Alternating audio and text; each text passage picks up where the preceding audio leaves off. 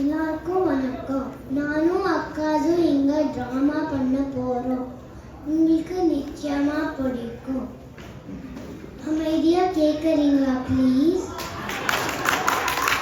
அமைதியா கேட்டாதான் நாங்க சொல்றது கொஞ்சமாவது புரியும்.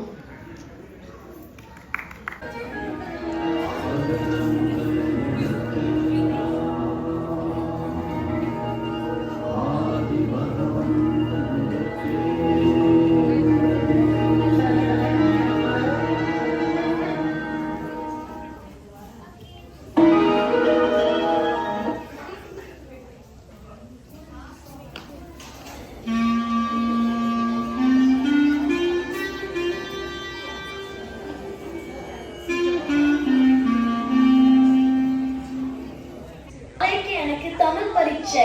இந்த திருக்குறளுக்கு எல்லாம் பொருள் சொல்லி தரியா? நாளைக்கு தமிழ் பரீட்சையை வச்சுக்கிட்டு இன்னைக்கு நைட்டு வந்து பொருள் கேட்டா எப்படி? இதெல்லாம் முன்னாடியே படிக்கிறது இல்ல. முன்னாடி படிக்கிறத பத்தி நீ சொல்றியா?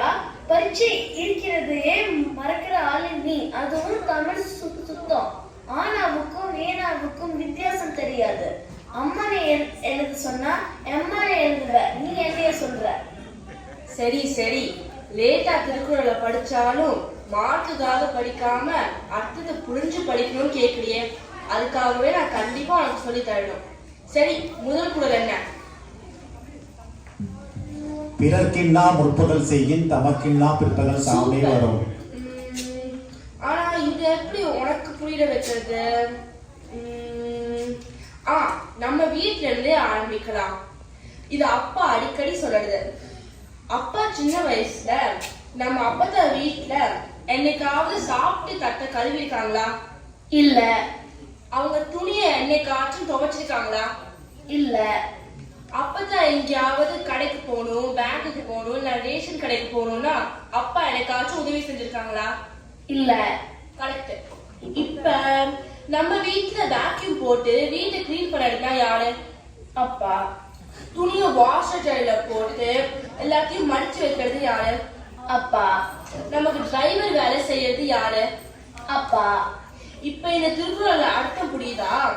அப்பா அப்ப பண்ணதுதான் இப்ப புரிஞ்சிருச்சு. புரிஞ்சிருச்சு. திருக்குறளும் புரிஞ்சிருச்சு, அர்த்தமும் புரிஞ்சிருச்சு. நம்ம வேலைய நம்மளே பார்த்துக்கிறது தான் நல்லதுன்னு புரிஞ்சிருச்சு. சரி, அடுத்த திருக்குறள். நம்ம அடுத்த திருக்குறள்லாம் சொல்லி புரிய வைக்காம நடிச்சே காட்டிடலாமா? கண்டிப்பா.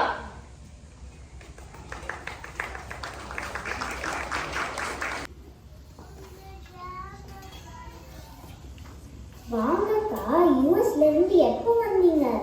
இப்ப என்ன பிள்ளைங்களுக்கு எல்லாம் லீவா? ஆமாம்மா, போன வாரம் தான் வந்தோம். சரி, பிள்ளைங்களுக்கு எல்லாம் கொஞ்சம் ட்ரெஸ் எடுத்துடலான்னு வந்தேன். சரி சரி, இது ஃபுல்லா கிட் செக்ஷன் தான். வாங்க. அம்மா, ஃப்ராக்ஸ் விலையா என்ன இப்படி இருக்கு?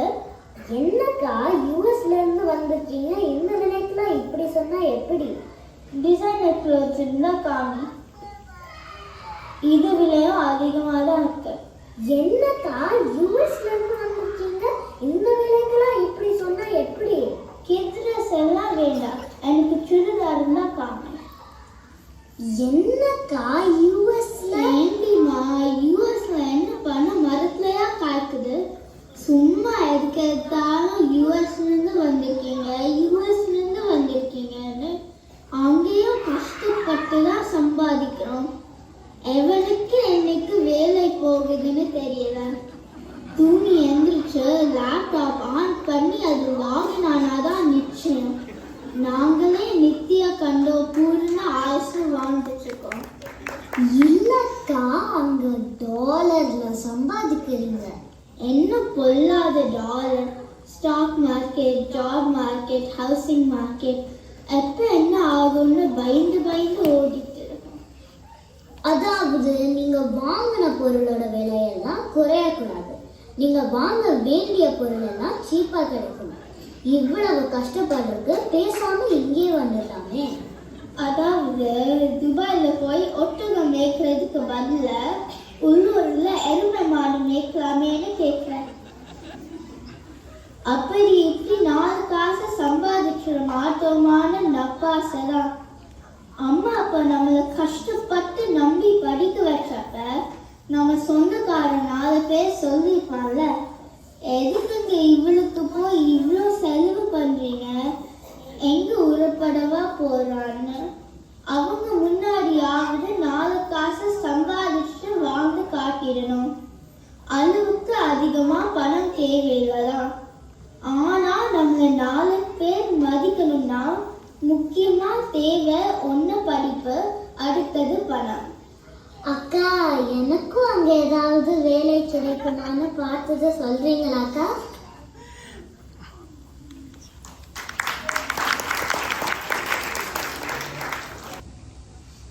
என்னங்க, அடுத்த வாரம் என் மாமா பையன் அசோக் ஹாஸ்டல்ல இருந்து வரான். நம்ம வீட்ல ஒரு வாரம் தங்க போறான். ஆளு நாள் அழகராஜா மாதிரி பேசிட்டே இருப்பானே அவனா? பேர பாரு, ஆஸ்டன் அசோக், விர்ஜினியா விவேக். சரி. ஓ, அசோக் வரானா? அவன் பார்த்து ரொம்ப வருஷமாச்சு. இப்போவாவது அவனுக்கு நம்மளை பார்க்கணும்னு தோணிருக்கே. பாவங்க, ரொம்ப வேலையாம். ஏதோ ஆபீஸ் வேலையா தான் இங்க வரான் போல. அதுல அப்படியே நம்மள பார்த்துட்டு போறான். அதானே பார்த்தேன். அவனா சொந்தமா காசு போட்டு டிக்கெட் எடுத்து நம்மளை பார்க்க வரான். தங்கத்துக்கும் ஆஃபீஸ் காசு வாங்கி இருப்பான். நம்ம வீட்டுல ஃப்ரீயா தங்கிட்டு போயிடுவான். இவ்வளவு பிஸி ஸ்கெட்யூல நம்மளை பார்க்கணும்னு தோணிருக்கு. நல்ல விஷயம்தான். பேச்சுலர் பையன் பாவம், என்ன சமையல் பண்ணி என்ன சாப்பிட்டுக்கிட்டு இருக்கானோ. நீங்க வீக்கெண்டு போய் வெஜிடபிள், சிக்கன் எல்லாம் வாங்கிட்டு வந்துடுங்க. சமையல் சாப்பிட்ட அப்புறம் இதுக்கு பேச்சுலர் சமையல் எவ்வளவோ பரவாயில்லைன்னு நினைச்சுக்குவான். கண்டிப்பா எல்லாத்தையும் வாங்கிட்டு வந்துடுறேன். அப்புறம் இங்க வரும்போது ஒரு மேக் புக் வாங்கணும்னு சொன்னான். நான் தான் உங்க ஐஃபோன் கிட்ட ஒரு மேக் புக் சும்மா தான் இருக்கு, நீ வேணா அதை எடுத்துக்கோன்னு சொன்னேன். அடிப்பாவி, முன்னாடி எல்லாம் இந்தியாவில் இருந்து வர அத்தை பையன் மாமா பையனுக்கு லேப்டாப் கொடுத்தீங்க, போன் கொடுத்தீங்க. இப்ப லோக்கலே ஆரம்பிச்சிட்டீங்களா? ஆமாமா, நம்ம கிட்ட சும்மா தான் இருக்கு, கொடுத்துடலாம். ஒரு டவுட்டு. போன மாசம் என் பெரியப்பா பையன் வந்தப்ப தலைவலி, சைனஸ் எல்லாம் வந்துச்சு. ஆனா அப்ப நான் பொய் சொன்னேன்னு சொல்றீங்களா? உங்க ஃபேமிலி வந்தா ஒரு மாதிரி, எங்க ஃபேமிலி வந்தா வேற மாதிரி நடந்துக்கிறேன்னு சொல்றீங்களா? சீச்சி, அப்படியெல்லாம் நினைக்கலாமா? உன்ன போய் அப்படி நினைப்பனா? நேற்று கூட ஊர்ல பெருமாள் கோயில் ஐயர் எங்க அம்மா கிட்ட உங்களுக்கு கிடைச்ச மாதிரி ஒரு மருமக யாருக்கும் கிடைக்காதுன்னு சொன்னாராம். உன்ன போய்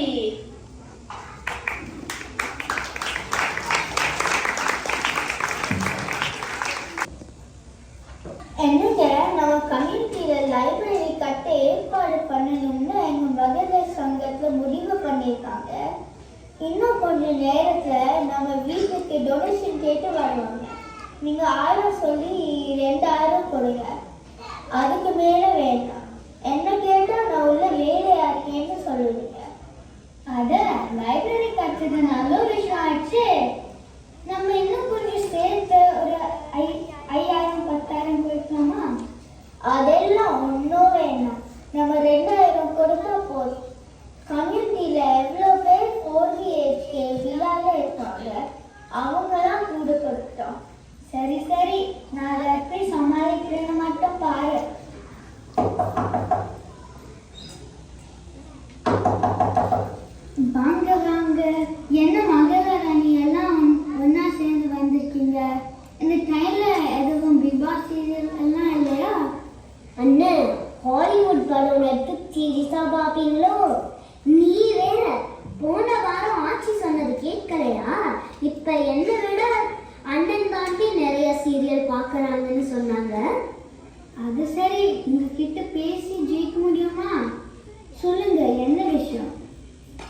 என்ன அண்ணன், ஆட்சி இல்லையா?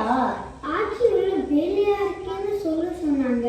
என்னது வேலையா இருக்காங்கன்னு சொல்ல சொன்னாங்களா? இல்ல அதாவது வேலையா இருக்காங்கன்னு சொன்னேன். ஆட்சி சொன்னாங்களா லைப்ரரி கட்டுறது பத்தி? ஆமாமா சொன்னாங்க. ரொம்ப நல்ல விஷயம். சொல்லுங்க, நான் என்ன பண்ணணும்? வந்து திறந்து வைக்கணும். நீங்க வேற, நீங்க எல்லாம் நிறைய டொனேஷன் கொடுக்கணும். அப்போதான் நிறைய புத்தகம் வாங்க முடியும். கண்டிப்பா நம்ம குடும்பம் சார்பா 1000 ரூபாய் எழுதிக்கோங்க. என்னது 1000? நல்ல கதையா போச்சு. நீங்களாம் இப்படி கம்மியா கொடுத்தா எப்படி? ஏமா இருக்கப்பட்டவன் 5000 கொடுப்பா, 50000 கொடுப்பா, நம்மளால முடியுமா? இதெல்லாம் சரியா வராது. நீங்க ஆட்சியை கூப்பிடுங்க. லேட் ஆகுமே. எவ்வளோ லேட் ஆனாலும் பரவாயில்ல.